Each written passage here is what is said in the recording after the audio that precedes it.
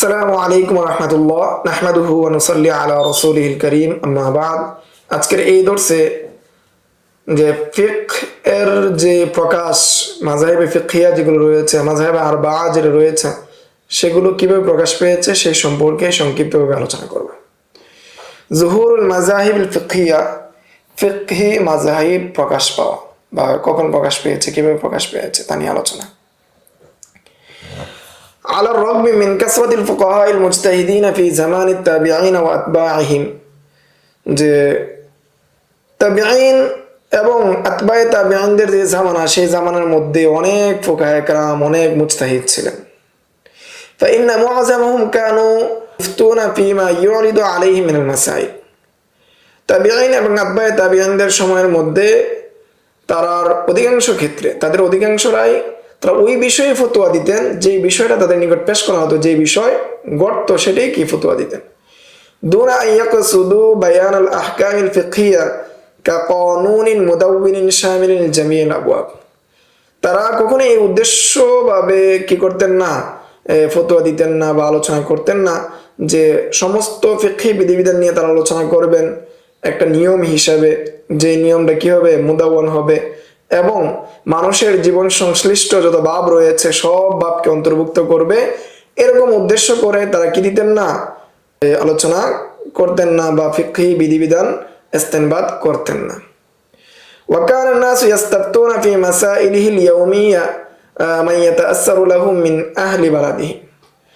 মানুষ তাদের জীবনের সংশ্লিষ্ট, জীবন ঘনিষ্ঠ যত প্রশ্ন রয়েছে তারা কি করতো, প্রশ্ন করত তাদের দেশের মধ্যে, তাদের নিকট যে সমস্ত উলামায়ে কেরামগণ ছিলেন যার কাছে সহজে মাসালা জানা যায়, তাদের শহরে যে বড় ইমাম রয়েছেন, যে বড় ব্যক্তি রয়েছেন, তার কাছে তারা তাদের জীবন ঘনিষ্ঠ প্রশ্নগুলো তারা করত। দুনা আন ইয়ালতাসামু ফাকলিহান ওয়াহিদান ফি জামিল মাসাইল। তারা এটা নিজেদের উপর আবশ্যক করে নেয়নি বা নিত না যে সমস্ত মাসাইলের ক্ষেত্রে একজন ইমামকে অনুসরণ করবে, এটা তারা কি করতো না, নিজেদের উপর আবশ্যক করে নিত না।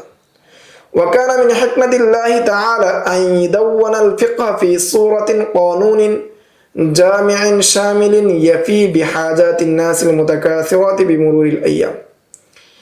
আর আল্লাহ তাআলার হিকমতগুলো থেকে গুরুত্বপূর্ণ বা অন্যতম একটা হিকমত হলো যে আল্লাহ তাআলা এই যে ফিকহ, মানুষের জীবন সংশ্লিষ্ট যে বিধিবিধানগুলো রয়েছে সেগুলোকে তাদবিন করা, এটা আল্লাহ তাআলার অন্যতম কি একটা হিকমত। আল্লাহ তাআলা চাইলেন যে এই ফিকহি বিধিবিধানগুলো, মানুষের জীবন সংশ্লিষ্ট যে বিধানগুলো, সেগুলোকে কানুন হিসাবে, নিয়ম হিসাবে, নিয়মের আকারে, যেটা কি করবে, মানুষের সব বিষয় সম্পর্কে অন্তর্ভুক্ত করবে এবং মানুষের হাজতের সাথে যত বিষয় কাজে লাগে এবং দিন ঘনিষ্ঠ যত বিষয় রয়েছে, প্রত্যেক যুগে যুগে যে বিষয়গুলো রয়েছে সেই বিষয়ের সাথে কাজে লাগে, এগুলোকে আল্লাহ তাআলা তাদবিন করবেন। এটা আল্লাহ তাআলার অন্যতম একটা হিকমত। وألا يتمكن الناس من تفسير الأحكام الشرعية بطريق عشوائي يؤدي إلى اتباع الأهواء।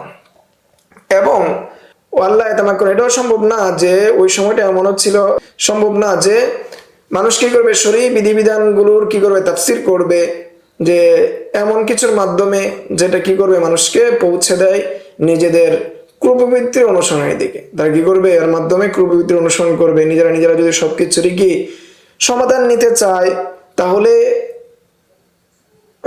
ক্রুপ্রবৃত্তির অনুসরণ করতে তারা কি হবে, বাধ্য হবে। ওয়াকাইয়াদাল্লাহু সুবহানাহু ওয়া তাআলা মিন আজলি যালিকা আল ফুকাহা আল মাতবুঈন। এজন্য আল্লাহ তাআলা কত ফুকাহায়ে কেরামদেরকে কি করলেন, নির্বাচিত করলেন। আল্লাযী শারাহু আহকাম আশ-শরীআতিল ইসলামিয়্যাতি ফি কুল্লি নাহিয়াতিন মিন নওয়াহিল হায়াতি বিজুহুদিন লা নাযীরা লাহু ফিল আদিয়ানিল উখরা। এবং তারা ইসলামী যে শরীয়তের বিধিবিধানগুলোকে কি করলেন, বর্ণনা করলেন, ব্যাখ্যা করলেন। মানুষের জীবনের যত দিক রয়েছে প্রত্যেক দিক থেকে ইসলামী শরীয়তকে তারা কি করলেন, ব্যাখ্যা করলেন। যেই ব্যাখ্যা বা যেই ফিকহের নজির বা উদাহরণ অন্য কোনো ইহুদি ধর্ম বা খ্রিস্টান ধর্মের মধ্যে নেই। فوفقوا حياتهم على الاجتهاد واستنباط الأحكام الشرعية من منابعها الأصلية من القرآن والسنة। এবং আল্লাহ তাআলা তাদেরকে কি দিয়েছেন, তৌফিক দিয়েছেন, তাদের হায়াতও কি মুওয়াফিক হয়েছে যে তারা কি করবে, শরীয়ী বিধিবিধানগুলোর ইস্তেনবাত করবে, যে মূল যে দলিল রয়েছে, মানাবিয়া রয়েছে, মূল যে উৎস রয়েছে কোরআন এবং সুন্নাহ, ইজমা এবং কিয়াস থেকে তারা কি করতে ইস্তেনবাত করতে আল্লাহ তাআলা তাদেরকেও তৌফিক দিয়েছে। وأكب تلاميذتهم على تدوين ما سمعوا منهم في صورة كتب جامعة। ফলে তাদের ছাত্রগণ, ফুকাহায়ে কেরামদের ছাত্রগণ তারা কি মেহনত করলেন, গুরুত্ব দিলেন যে তারা যা শুনেছেন তাদের উস্তাদদের থেকে সেগুলোকে কি জমা করা, একত্রিত করা। মিসলুল মুদাওয়ানাতিল জামিআতিল আহকামিল ফিকহিয়া আলা তরিকিল ইমাম মালিক, যেমন মুদাওয়ান করা হয়েছে, সংকলন করা হয়েছে জামি হিসাবে আল জামিউল আহকামিল ফিকহিয়া আলা তরিকিল ইমাম মালিক, ইমাম মালিক রাহমাতুল্লাহি আলাইহির ফিকহ যেগুলো রয়েছে সেগুলোকে সংকলন করা হয়েছে। ওয়া কুতুবিল ইমাম মুহাম্মদ ইবনুল হাসান আলা তরিকিল ইমাম আবি হানিফা রাহিমাহুল্লাহ তাআলা। অনুরূপভাবে ইমাম মুহাম্মদের যে সমস্ত কিতাব, এই কিতাবগুলোর মধ্যে ইমাম আবু হানিফার মাসালাগুলোকে সংকলন করা হয়েছে। সুম্মা তালাহুমুল ইমাম শাফিঈ রাহিমাহুল্লাহ তাআলা, এবং তাদের অনুসরণ করলেন ইমাম শাফিঈ রাহমাতুল্লাহি আলাইহি। ফাদাওয়ানা ফিকহাহু বিনাফসিহি ফি কিতাবিল ফলে তিনি নিজেই তার ফিকগুলোকে কিতাবুল উমের মধ্যে কি করলেন, সংকলন করলেন। وجمع تلاميذة الإمام أحمد بن الحنبل رحمه الله تعالى فقهه بروايات دونها من جاء بعده।